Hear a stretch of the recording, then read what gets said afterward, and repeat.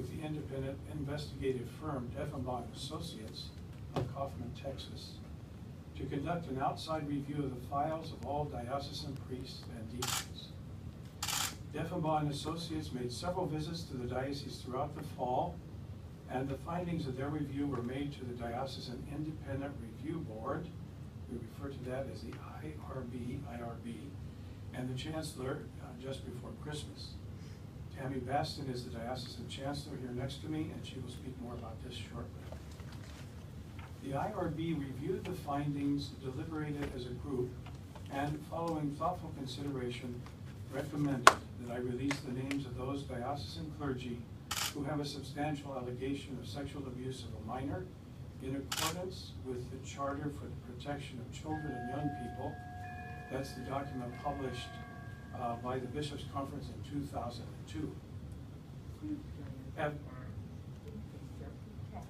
After thorough discussion and prayerful contemplation, I'm here to announce that I'm releasing the names of these men today. The names will appear on our diocesan website at 12 noon, and they will also be included in the packet of information you will receive at the conclusion of this briefing.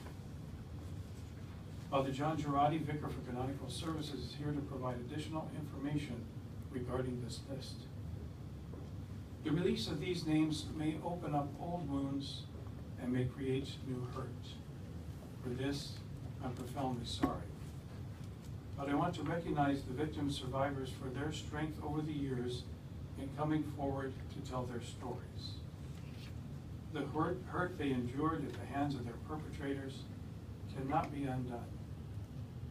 I can apologize, but more importantly, I need to show them through action that we are being open and addressing this issue head on.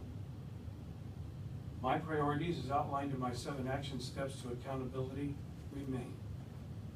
First of all, to continue to improve our pastoral care, concern, and efforts to accompany victims of abuse in their journey of healing.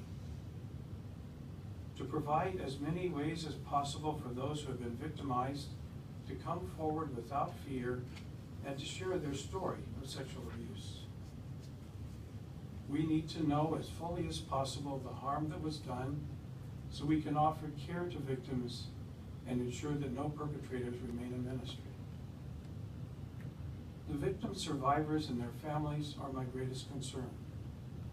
To all the victims and survivors and their family members, please know that you will be in my prayers, especially during these coming days.